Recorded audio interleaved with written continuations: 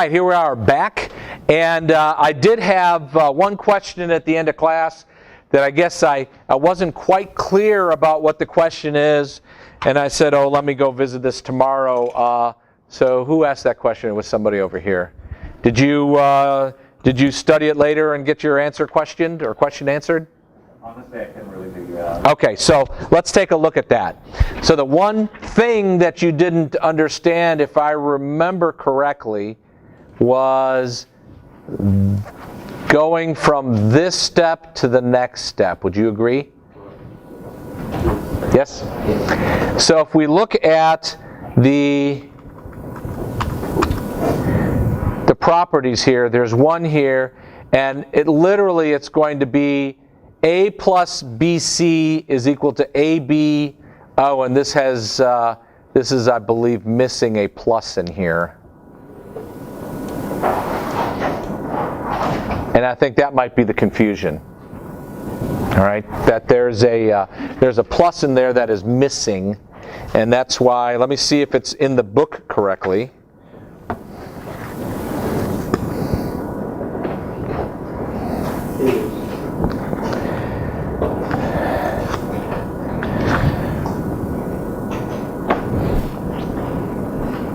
Oh, I'm sorry. It is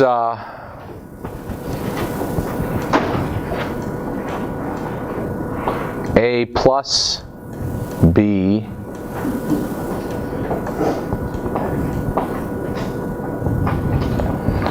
A plus C.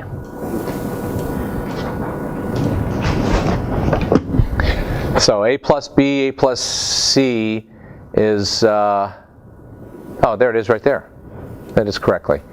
Yeah, this is the one that was incorrect. It needed the plus right there and the plus right there.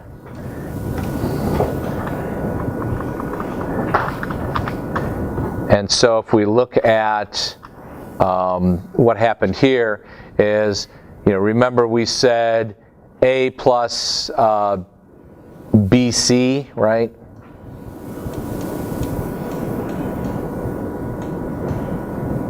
Well, in this case, this is A, this is B, and this is C, because all we're doing is we're replacing with whatever it is.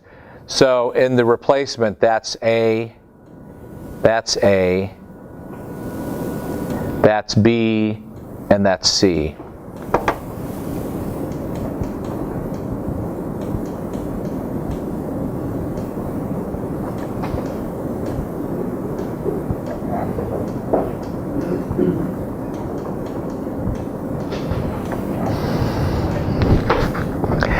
So, obviously, there it is. P went down to P, H prime went down to H prime, and then A was duplicated there and there. Okay, so you got that step? Okay. I think your confusion might have been maybe that previous slide had a typo in it. And I will probably, I will go out there and fix it and upload it correctly. And I see a couple of you actually have printed it out, so you could do that. And then there's your simplified circuit. Now, interesting, notice this, because we went through the Boolean algebra and the properties associated with Boolean algebra of simplification, we went from a design that was 5 gates to a design that was 3 gates. And that's the whole reason why it's nice to do the algebraic simplification, so that you don't have all this extra hardware there associated with the design. So let's go on. Again, looking at our commutative properties over here, we are going to see if we can identify our door opener. Remember, we looked at this. So let's apply the Boolean algebra. So rather than me talk about this, I would like for you to go through these properties right here, do it with your neighbor, see if you can go through all the different steps, and does it minimize down to this? All right, let's look at the Boolean algebra process. Ooh, what happened here? Oh, I went to end. Not very good. I wonder how far back I got to go. Oh man, I got to go way far back. Yeah, this darn end key is right next to the page down key. How close am I? Right here, right? So that is our Boolean algebra or equation, right? So based on the distributive property, which one? Well, we're looking at this one right here, or this one right here. First one. Yeah. So we're looking at C prime H. C prime H is the same thing between the two, right? And so in that, and then there's a B and a C over here. So that would be, in this case, oh yeah, A is what is the C prime H, because it appears in both sides. So we're doing this way to the distributed property. And from this we pull out P plus P prime. And P plus P prime is 1. So then we can minimize that from this step to this step. All right, so what else do we see?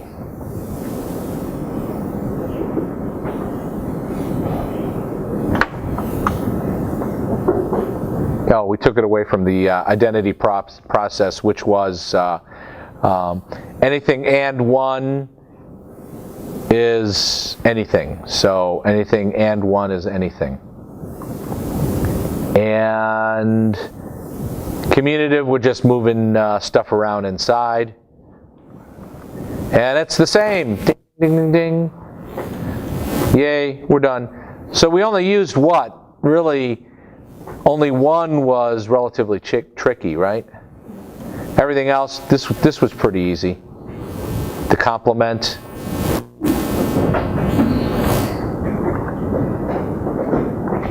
There are some other additional properties. Null elements. So A and 0 is 0. A or 1 is always 1. Did we have that earlier? No, we didn't.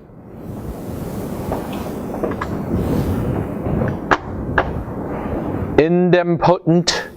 A plus A is A. I should say A or A is A, and A is A. Involution, A prime, prime. So you're taking a negative, so a not of a not, right? We've seen that a little bit earlier. De Morgan's law, oh, you've probably seen something like this before, right? Or is that in 2111? A or B complement is actually A complement and B complement. This is very useful, as well as this, meaning A and B complement is the same as A complement or B complement. These are probably one of the more useful ones you'll see later on. So, in fact, let's take a look at an example of De Morgan's law. So, I like this. Aircraft lavatory sign example. So you've seen that sign in the front of planes, right? So you have 3 lavatories, each with a sensor A, B, and C. And it will be 1 if the door is locked. So if the person is actually in there and they didn't lock the door, first of all, you'll embarrass them, and it serves them right. But if it's all locked. And the whole idea is you want the light to say available. So it'll be green if any lavatory is available. And the assumption that these are all grouped lavatories in the same area, because some planes have them in the front and back. All right. So your equation is if A is not locked and B is not locked and C is not locked, I should say. If A is not locked or B is not locked or C is not locked, then you could say that it's available. And since this is by De Morgan's law, as we saw up here, if we're having the complement and we're all ORing them together, it's the same as ANDing them and then taking the complement. And what's the difference? Well, 1, 2, 3, 4 gates versus 1, 2. So you have a bit of a savings there.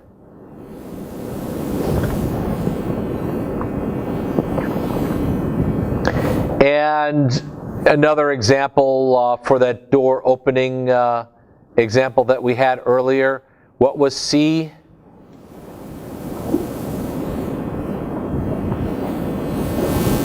The door is force closed. In other words, you don't want it to be opened. So prove that the door stays closed, F is equal to 0, when C is equal to 1. In other words, we set that door don't open the door. And based on the formula, as you can see, if we have our formula C prime and H or P, H I believe is somebody present, right? And P is we allow it to be opened. Or there's a switch there that says just stay open, right? So as long as C is equal to 1, take the complement of a 0, we're going to be ANDing 0 with anything, and remember 0 ANDing anything is 0.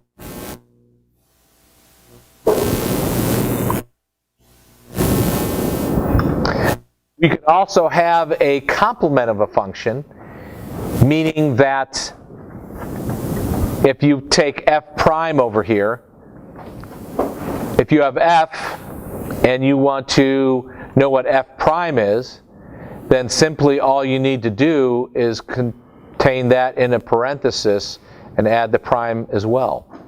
And then going through De Morgan's law and De Morgan's law again, you could expand it into a sum of products. And so we're going to look at this in a little bit of detail. By the way, it could also be a product of sums.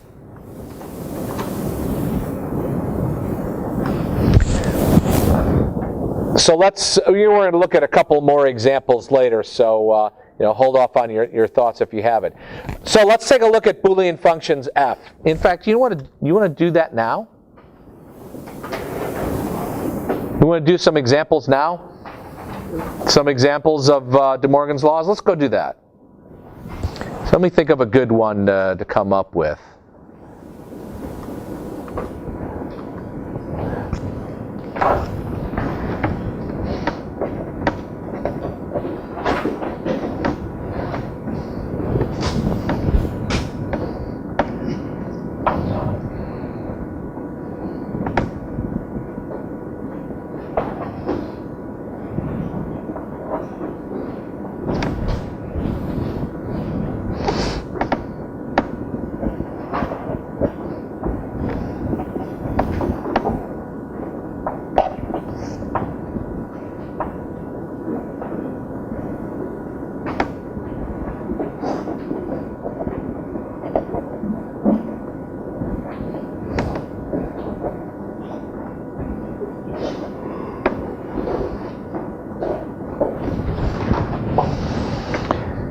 So here we have some functions, and or a function, and just for grins, I'll write it up on the board because then I'm going to put the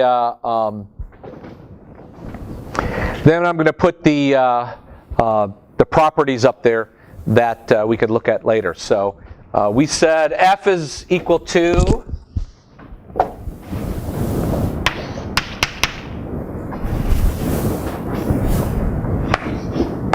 ABC not plus ABC plus A naught BC plus A, B naught, C. You know, just for fun, I would like you to do the following two things. Number one, show me the truth table.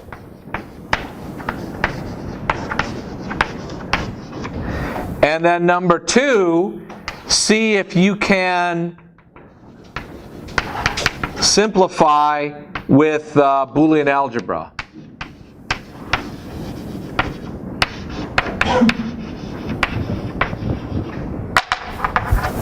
All right, you got that done? You got that question? So you want us to make a truth table first, then simplify, then another truth table? Nah, just do the truth table, and you know, with F, don't forget, you might have to do some intermediate things. Or do you have to do the intermediate things?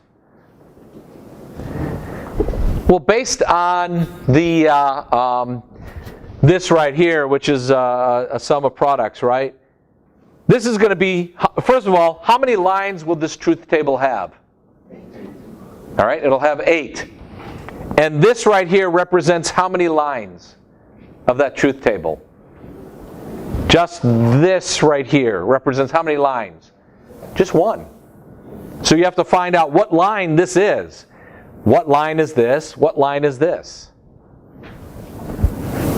And you know what? I'll make life a little bit easier.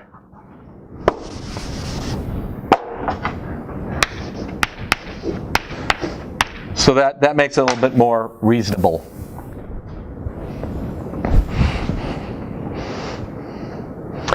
So go ahead and do that one. Here we are, and there is a trick that I want you to realize. Remember, there was a specific identity that said A is equal to A or A. So one thing that you could do to make this really easy is to duplicate something. And so I'm going to duplicate ABC. All right? So now we're left with this. And in this case, I have BC here and BC here with an A and an A prime there. So which property is this? Distributed, right? So the important thing to note is that I'm going to draw this with a different color. I added that over here with the property A is equal to A plus A. Which identity was that again? Or which, well, let's look back over here. Is one of those new properties I pointed out. That is the idempotent.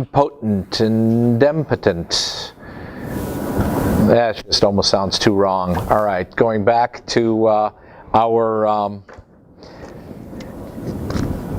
our example here, and then we went from this step to this step, and that was distributed, right? Let's go back.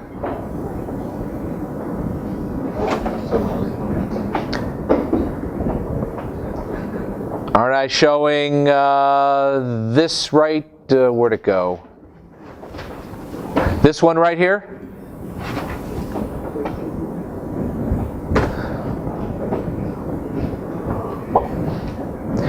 And of course, A and A prime, or A or A prime is what? 1. And then the 1 added with anything else is 1. So we're left with this. Now take a look at this. We have A and C here. So then we could pull out A and C. B or B prime, again, this is distributed.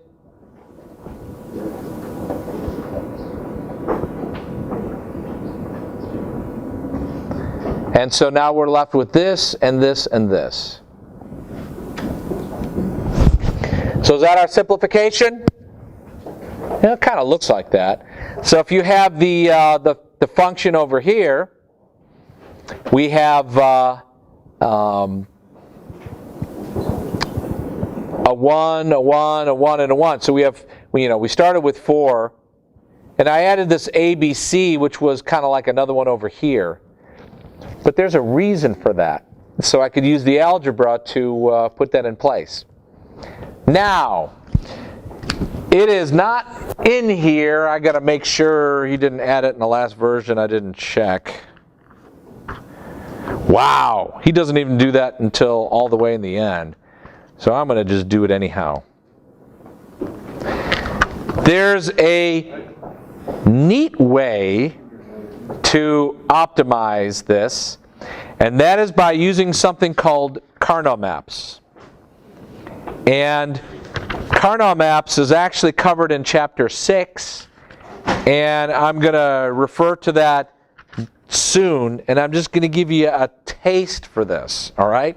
And so the taste is as follows. I had my sum of products,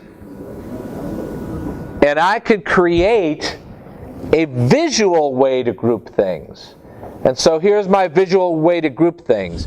If I have, let's see, A is equal to 0 here, and A is equal to 1 here, and A is equal to 0 represents that row, equal to 1 is represented this row.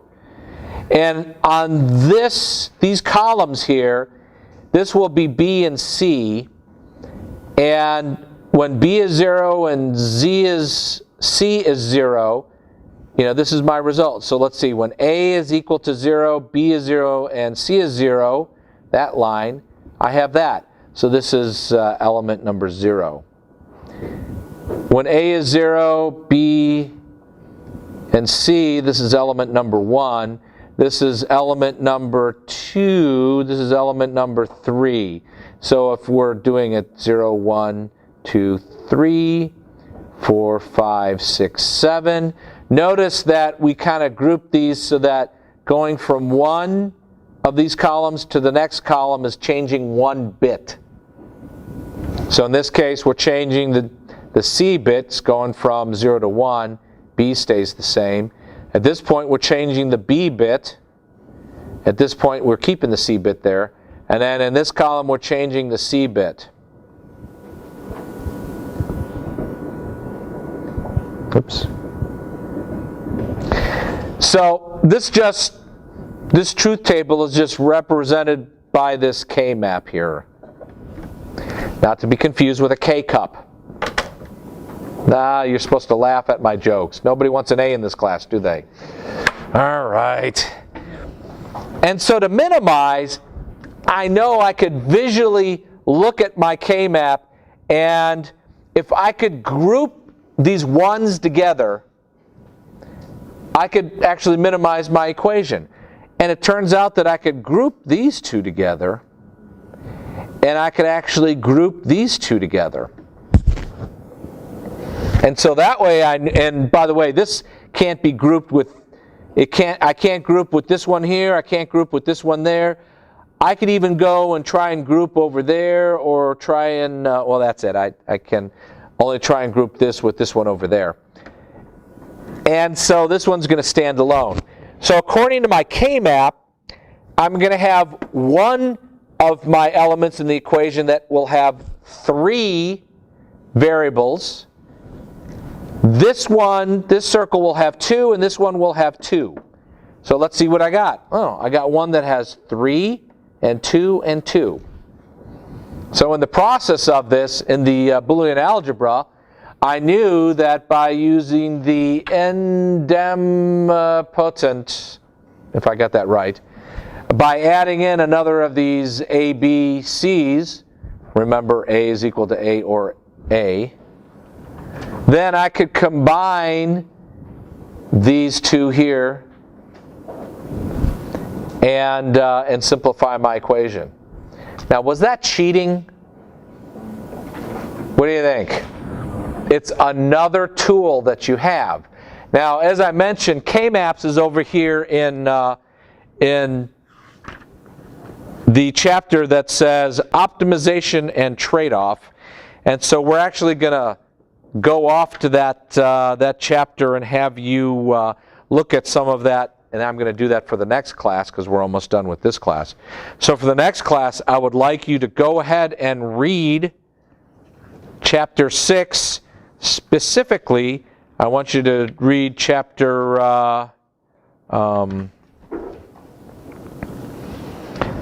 6 through page 342. So I'm going to have you literally read, how many pages is this? 25 through 42. So make sure you read that for the next class. I'm not done yet, though.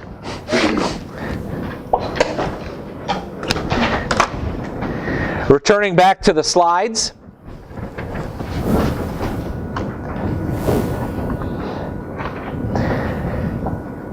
So we're looking at these general logic equations and Boolean functions and what's going on with the real world. So you could have English statements, right? You could represent it with a function using Boolean algebra. You could do equations, you could do circuits, you could do truth tables. These are all different things in our toolbox. So there's an example of the equation for number 1, and there's an equation for number 2, and you could do the circuit. There's one for number 1, and there's another one for number 2. So there's a whole bunch of things that you can use in your toolbox. Truth table will also show that up. Now, actually, if you were to look at this in the truth table, what one thing jumps out to you?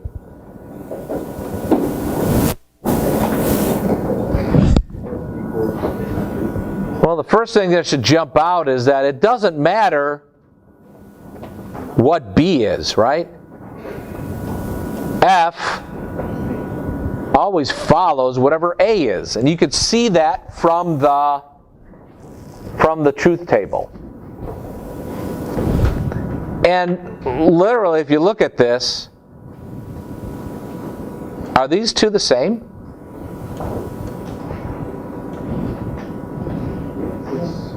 Yeah. So based on some of our identities, or our Boolean algebra properties, we can see what? Oh, here is A prime. This turns out to be A prime.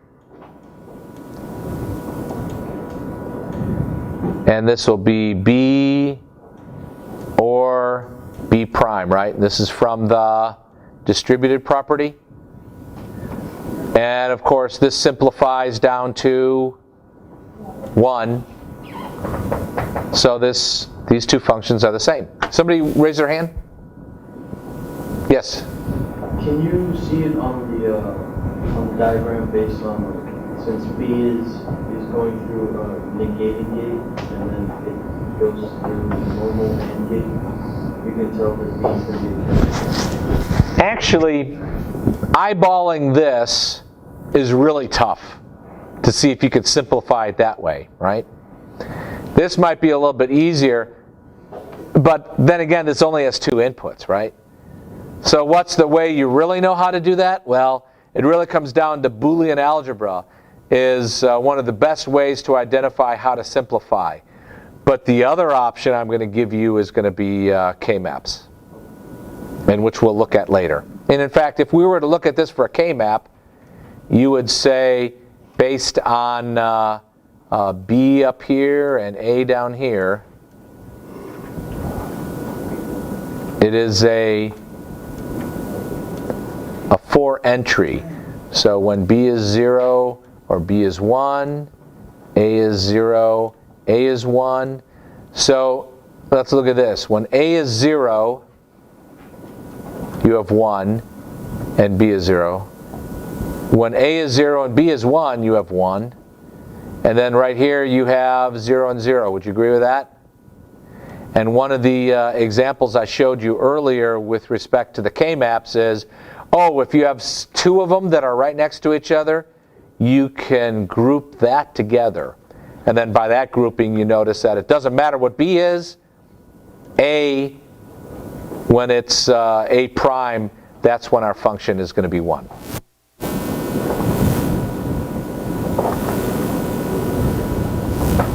And I think I've gone over the truth table representation of Boolean functions. I've kind of, beat this into you a little bit earlier. I'm sorry. I showed examples of this earlier, right? I shouldn't be beating you at all. So just for fun, let's spend a couple of minutes. Oh, we don't have a function yet. Function is 1 when A, B, and C is 5 or greater in binary.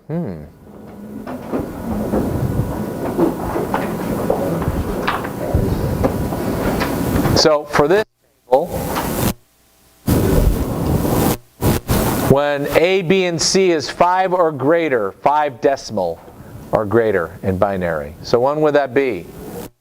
The last 3, right?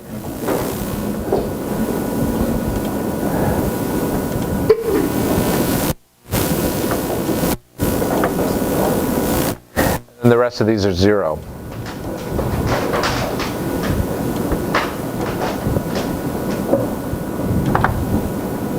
Looks good. Oh, what do you know? Same thing.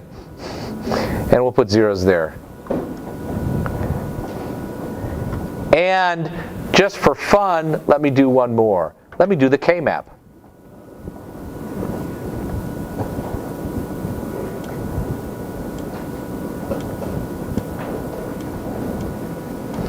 So in the K-map,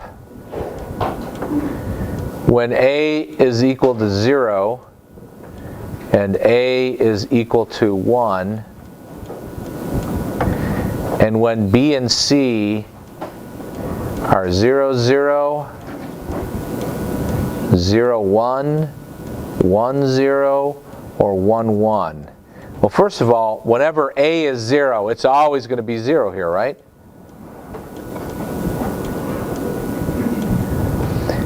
And when A is 1 and B and C are 0, that's going to be 0. And then the other times it's going to be 1. So if we look at this from a K-map respect, oops, I'm supposed to do that. We can group those two together, but we could also group these two together. So our end function is going to be whenever it is A and, oops, I'm sorry, this is supposed to be 1, 1, and that's 1, 0.